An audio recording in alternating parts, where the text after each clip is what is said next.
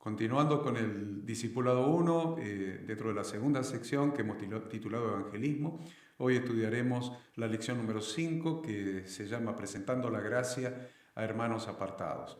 Vamos a realizar la lectura en el libro de Números, capítulo 21, desde el versículo 4 hasta el versículo 9. Dice así la palabra. Después partieron del monte de Hor, camino del Mar Rojo, para rodear la tierra de Edom, y se desanimó el pueblo por el camino. Y habló el pueblo contra Dios y contra Moisés. ¿Por qué nos hiciste subir de Egipto para que muramos en este desierto? Pues no hay pan ni agua, y nuestra alma tiene fastidio de este pan tan liviano. Y Jehová envió entre el pueblo serpientes ardientes que mordían al pueblo, y murió mucho pueblo de Israel. Entonces el pueblo vino a Moisés y dijo: hemos pecado por haber hablado contra Jehová y contra ti. Ruega a Jehová que quite de nosotros estas serpientes. Y Moisés oró por el pueblo. Y Jehová dijo a Moisés: hazte una serpiente ardiente y ponla sobre un asta, y cualquiera que fuere mordido y mirare a ella, vivirá. Y Moisés hizo una serpiente de bronce y la puso sobre un asta. Y cuando alguna serpiente mordía a alguno, miraba a la serpiente de bronce y vivía. Vamos a comenzar analizando brevemente el primer versículo que hemos leído, el versículo 4. Estamos hablando de que el pueblo de Israel había salido de la esclavitud de Egipto hacia la tierra prometida. Iba rumbo a la tierra que Dios le había prometido por heredad. Durante este trayecto entre la salida de la esclavitud de Egipto hasta llegar a la tierra prometida, se produjeron una serie de hechos aún milagrosos en la vida de los israelitas. Dios envió maná diariamente desde el cielo para alimentar al pueblo. Dios, cuando tuvieron necesidad de agua, les dio agua de la roca, de la piedra, del pedernal, y salió agua que dio de beber tanto a la gente como a los animales. En ese trayecto del desierto, de milagros, de acontecimientos, aún también de tristezas, porque tuvieron 40 años transitando este recorrido, sucede esta historia que vamos a considerar brevemente. Si bien el versículo 4 está relatando el camino que había comenzado a transitar el pueblo de Dios, lo cierto es que, miren, tanto el punto de partida como el rumbo, como el recorrido, las batallas, el destino y su actitud tienen significados espirituales muy profundos. Todo esto está en el versículo 4, así que no pierdan de vista en las Escrituras este versículo 4 del capítulo 21 del libro de Números. En primer lugar dijimos el punto de partida. El punto de partida dice: después partieron del monte de Hor. Esto es muy significativo porque en el monte de Hor había muerto Aarón, el sacerdote, quien era hermano de Moisés. Aarón fue el primer sacerdote que tuvo el pueblo de Israel y el más importante. Tal vez el representante de la religión que conocías ha muerto en tu corazón. Le creías, le tenías confianza, lo amabas, pero él finalmente te defraudó. No cubrió tus expectativas, no supo ser tu sacerdote. De alguna manera ha muerto y ha dejado un vacío muy grande en tu corazón. Ha quedado una herida sangrando que no cicatriza. ¿Cuántos han pasado por esta dificultad? Por esta desilusión, por este desencanto del hombre de Dios, del pastor, del dirigente de la iglesia, a quien ellos tenían confianza, en quien ellos confiaban, de quien ellos recibían el alimento, el cuidado, la orientación, la guía, y un día se sintieron defraudados por este hombre. Bueno, esto tiene que ver con lo que estamos hablando. Tiene que ver. El sacerdote de Israel, Aarón, falleció en el monte de Hor. Y miren qué consecuencias trajo eso. ¿Qué pasó con el pueblo a raíz de que estas cosas le fueron pasando? Dijimos en primer lugar, entonces, el origen. ¿De dónde venían? El punto de partida. ¿De dónde venían? Venían del monte de Hor, donde había fallecido el sacerdote del pueblo. En segundo lugar dijimos el rumbo, camino al Mar Rojo. Este rumbo significaba un retroceso, en definitiva, porque venían desde el Mar Rojo. Sin embargo, ahora salieron del Monte de Or, camino nuevamente al Mar Rojo. Venían desde el Mar Rojo y luego de haber visto la poderosa mano de Dios liberándolo de la esclavitud de Egipto, lo cruzaron el Mar Rojo en seco y vieron numerosos milagros de parte de Dios, señales, milagros increíbles. Pero ahora estaban regresando al Mar Rojo. Y esto en nuestra vida actual, en tu vida, que has tenido esta desilusión, este desencanto con la iglesia donde te congregabas hasta hace un tiempo. ¿Qué significa esto? Esto significa que te encuentras caminando exactamente en dirección a donde habías salido. Todo lo que Dios ha hecho en tu vida pasó a segundo plano y tu retroceso es inevitable, tu retroceso es muy doloroso. Veamos el tercer punto que encontramos en este versículo, el recorrido. ¿Qué es lo que estaban haciendo? Dice, para rodear la tierra de Edom. Recuerden que Edom es Esaú.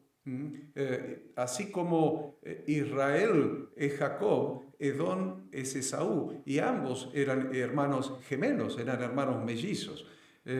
Inclusive entonces, trayéndolo a tu realidad, a lo que estás viviendo hoy, miren, Edom no dejó pasar al pueblo de Israel por su tierra. Edom rechazó a su hermano, que estaba en dificultades y estaba camino a la tierra prometida. Y esto en ti puede significar que inclusive tus antiguos hermanos te están haciendo el recorrido más largo, más trabajoso, más peligroso. En lugar de ayudarte para que llegues más rápido a la bendición de Dios, te están complicando, haciendo que tengas que rodear su tierra si quieres avanzar. Son rencorosos en lugar de perdonadores y están dispuestos a hacerte pagar por tus errores, en lugar de ayudarte a cortar camino para que llegues más rápido. Eso en cuanto al recorrido. En cuanto a las batallas, si usted mira el mismo capítulo antes y después de esta historia, van a ver que este fue un recorrido lleno de batallas que tuvo que librar el pueblo. Para nosotros hoy, para ti que has salido de una iglesia y hoy te encuentras deambulando sin rumbo, no te está haciendo nada fácil, sin lugar a dudas, no te está haciendo nada fácil.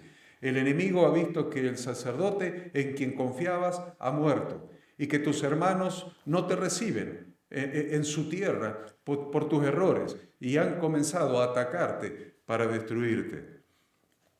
¿Cuál es, sin embargo, tu destino? Tu destino sigue siendo el mismo. Para Dios tu destino sigue siendo la tierra prometida, la tierra que Él te prometió, el lugar que Él te prometió, su reino. Ese es el destino que Él ha establecido, que Dios ha establecido para tu vida, es su reino. El desánimo trajo consigo el pecado y la desorientación. Pero tu destino sigue siendo el mismo. No ha cambiado, porque Dios no cambia. Dios no ha cambiado y su voluntad para tu vida no ha cambiado a pesar de tu desencanto, tu desengaño en la religión, a pesar de que los hermanos en lugar de ayudarte te están poniendo piedras, te están impidiendo cortar camino para llegar lo más rápido posible a tu destino que es el reino de Dios. ¿Cuál es la actitud que tuvo el pueblo? ¿Cuál es la actitud que probablemente estés teniendo tú en este momento? La actitud que tuvo el pueblo es, y se desanimó el pueblo por el camino. Desánimo, se desanimó. El desánimo trajo consigo el pecado y la desorientación. Miren lo que sucede. Cuando estamos desanimados por todas las dificultades que se nos presentan en nuestro camino que habíamos emprendido hacia la voluntad de Dios, eso trae desorientación. Estás desorientado, no sabes para qué rumbo seguir, para qué rumbo continuar. Y eso muchas veces trae como consecuencia que vuelvas al pecado. Tu desánimo normalmente te confunde de tal manera que perdés el rumbo. Y cuando entra el pecado, sin duda, se desata el juicio de Dios sobre tu vida y cada vez se te hace más difícil volver al camino. En el pasaje bíblico que estamos considerando se puede ver perfectamente graficada la justificación y la redención por gracia. Justificación y redención solo por gracia. Es decir, el perdón sin que el pueblo lo merezca. Vemos en primer lugar en el versículo 5, el que continúa. Y habló el pueblo contra Dios y contra Moisés: ¿por qué nos hiciste subir de Egipto para que muramos en este desierto? Pues no hay pan ni agua, y nuestra alma tiene fastidio de este pan tan liviano. El pueblo pecó teniendo fastidio. ¿Qué es fastidio? Pecó teniendo fastidio. ¿Qué es fastidio? Fastidio es aburrimiento, repugnancia, disgusto, molestia de la provisión de Dios. Dios les daba el maná y ellos tenían fastidio del pan porque decían que era un pan liviano. Y hablaron entonces contra Dios y contra Moisés. Fastidio. Les parece que el camino de Dios es demasiado liviano, demasiado simple, demasiado... no es para Él, porque Él ya conoce algo de las Escrituras, conoce algo del camino, ya tiene su opinión formada. Entonces no quiere por lo simple o lo sencillo o lo que Dios ha puesto como camino para recorrer. La iglesia, el pueblo, el reino de Dios. ¿En qué cosas el ser humano le ha dado la espalda a Dios por fastidio? En primer lugar, muchas veces no nos queremos acercar a Dios porque no queremos asumir un compromiso permanente con Él. Es que nos sentimos desanimados, esto es, desalentados, estamos desmoralizados, abandonados, estamos descorazonados, estamos desengañados. Entonces hemos salido desengañados, descorazonados de la iglesia donde nos congregábamos, y tal vez no de una, sino ya de la segunda o de la tercera. Entonces ahora hemos decidido que queremos ser libres y hacer en la vida lo que se nos antoja. No nos damos cuenta que si nos hacemos libres de Dios, automáticamente nos hacemos esclavos de Satanás. No hay una tercera alternativa, o Dios o Satanás. No hay una tercera. Si nos liberamos de Dios, nos esclavizamos con Satanás. Otras veces hemos llegado a la conclusión de que ser cristiano es poca cosa. Es un pan liviano. Un pan liviano. Ser cristiano es un pan liviano. Nos parece que ser cristiano es ser religiosos y nosotros automáticamente pensamos que la religión es algo para los débiles. Y nuestra alma tiene fastidio de este pan liviano. Preferimos seguir nuestros propios caminos, seguir los designios de nuestros pensamientos, los designios de nuestros deseos y hasta los designios de nuestros instintos animales, la concupiscencia, antes que ponernos en línea con la voluntad de Dios para cada uno de nosotros. En definitiva, nos parece más emocionante hacer lo que se nos da la gana y que nosotros podemos decidir mejor que Dios de qué manera ser felices. Por eso damos la espalda a Dios y hasta nos llega a fastidiar que nos hablen de su voluntad en nosotros. Nos fastidia. De la única manera que nos acordamos y nos acercamos a Dios es cuando tenemos un gran problema o llegamos a estar en una situación muy difícil, generalmente a causa de nuestra lejanía de Él. El versículo, en segundo lugar, el versículo 6. El versículo 6 dice: Jehová envió entre el pueblo serpientes ardientes que mordían al pueblo, y murió mucho pueblo de Israel. Tuvieron su castigo al enviar Jehová entre el pueblo serpientes ardientes que los mordían y le producían la muerte. Todos estamos de acuerdo, evidentemente, que si alguno en nuestro país comete un delito, es justo que pague por el delito que cometió. Debemos entender entonces que la justicia de Dios es perfectamente justa al permitir que suframos las consecuencias de nuestra rebelión contra Él. Y para el justo juez, que es Dios, la paga del pecado es muerte. Romanos 6:23, porque la paga del pecado es la muerte. Y la peor muerte que existe es la muerte espiritual de las personas por estar apartadas y alejadas de Dios. Vemos en tercer lugar el versículo 7. Dice: entonces el pueblo vino a Moisés y dijo: hemos pecado por haber hablado contra Jehová y contra ti. Ruega a Jehová que quite de nosotros estas serpientes. Y Moisés oró por el pueblo.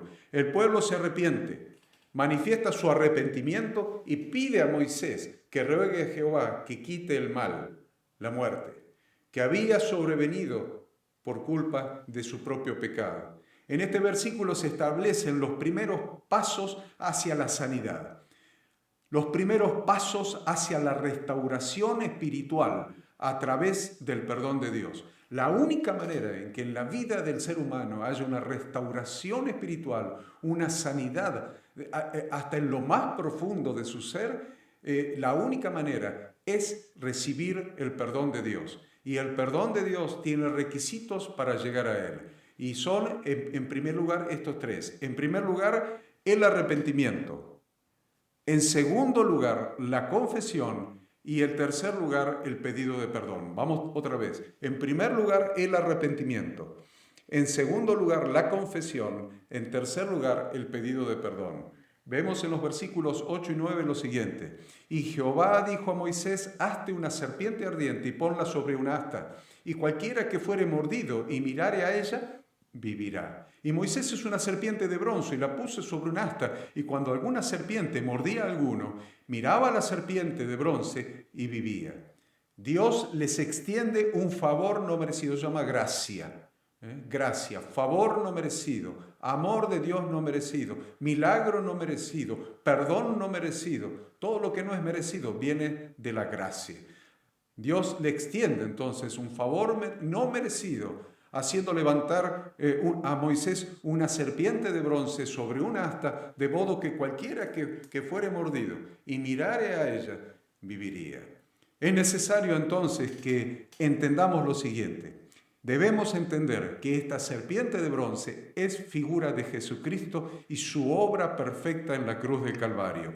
En primer lugar, la historia que hemos considerado es un hermoso ejemplo de salvación sin obras, solo por gracia en relación con el pueblo de Israel, pero constituye un modelo en relación con nuestra propia salvación. El Señor Jesucristo mismo dice, y como Moisés levantó la serpiente en el desierto, así es necesario que el Hijo del Hombre sea levantado para que todo aquel que en él cree no se pierda, mas tenga vida eterna. Porque de tal manera amó Dios al mundo que ha dado a su Hijo unigénito para que todo aquel que en él cree no se pierda, mas tenga vida eterna. En segundo lugar, Jesucristo fue levantado en la cruz para que si miramos a Él y aceptamos su obra a nuestro favor, recibiendo el regalo de sí mismo en nuestra vida, seamos sanados de la mordedura venenosa de la serpiente que es Satanás.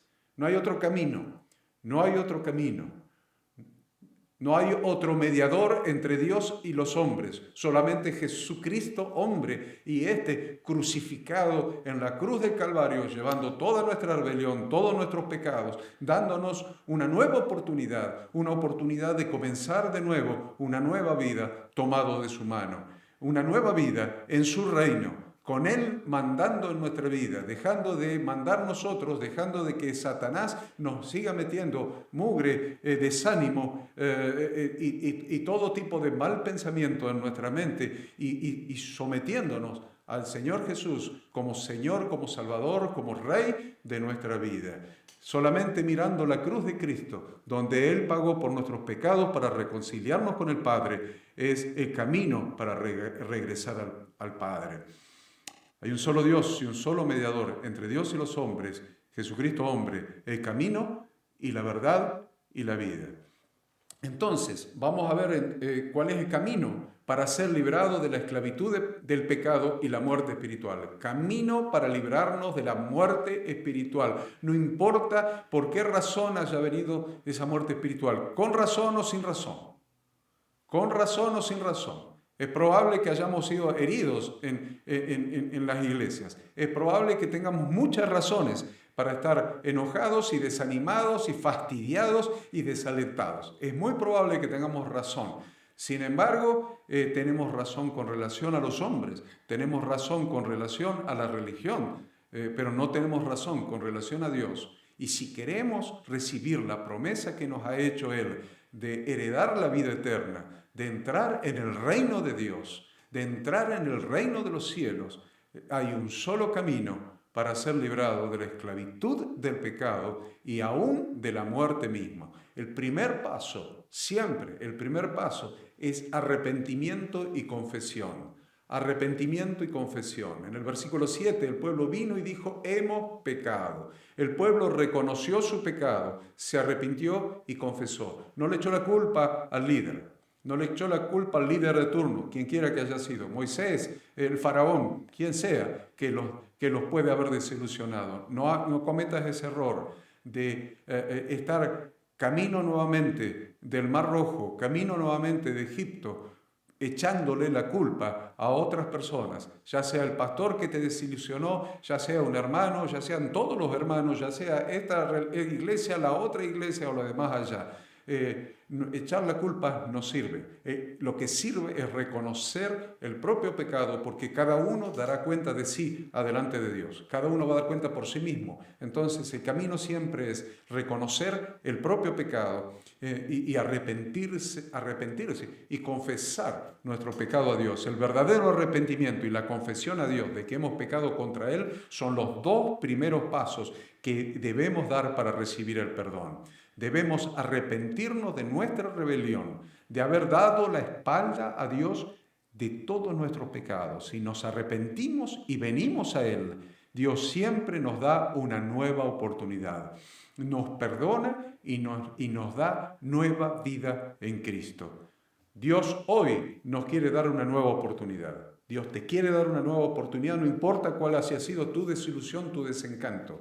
Vengamos a Dios y le confesemos nuestro pecado. Entonces, en primer lugar, arrepentimiento y confesión. En segundo lugar, recibir al Señor Jesucristo para recibir el perdón y la reconciliación con Dios. Recibir al Señor Jesucristo para recibir el perdón y la reconciliación con el Padre. Dios nos muestra el camino para ser liberados del pecado y sus consecuencias, para ser librados de las garras de la propia muerte espiritual y recibir la nueva vida que está en su Hijo. Y de esta manera llegar a la tierra prometida, la cual es su reino. Yo les propongo que para terminar, todos juntos, todos los que están en el grupo estudiando esta noche y cada uno de los maestros que se están capacitando, que lo puedan hacer en el grupo donde ellos están. Y si realmente hay un grupo, como hay muchos por allí que han salido de iglesias desilusionados, desanimados, fastidiados y se están reuniendo porque son temerosos de Dios y se reúnen para orar, para leer las Escrituras, pero no se congregan en ningún lado y te han invitado a participar de ese grupo. Esta es una buena enseñanza para ese grupo y esta oración para finalizar es una oración con la que puede finalizar esa reunión, esa enseñanza en ese grupo. Lo importante es que tú la vayas diciendo y las personas que están presentes la vayan repitiendo. No importa si es el anfitrión, el dueño de casa, hermanos que te han acompañado al grupo, gente que hace años que están en el camino de la fe, y la gente que viene por primera vez y aún la gente que se ha ido de las iglesias desilusionados y fastidiados. Siempre es conveniente que todos juntos, todos, hagamos esta oración. Dios, venimos a ti en este día. Y la gente repite, Dios, venimos a ti, venimos ante ti este día. Y la gente repite, Dios, te quiero confesar que he pecado contra ti muchas veces. Dios, te quiero confesar que me he rebelado contra ti y te he dado la espalda. Dios, te quiero decir que me arrepiento de todos mis pecados. Esta noche, o esta tarde, o esta mañana, puedo ver el camino para recibir tu perdón. Este día puedo ver a Jesucristo en la cruz cargando todos mis pecados. Señor Jesucristo, te abro la puerta de mi corazón. Señor Jesús, te invito a entrar en mi corazón para que seas mi dueño y mi Señor. Dios, gracias por haberme perdonado. Dios, ayúdame a caminar en tu voluntad y en tu amor. Amén. Espero que esta lección les resulte de mucha utilidad.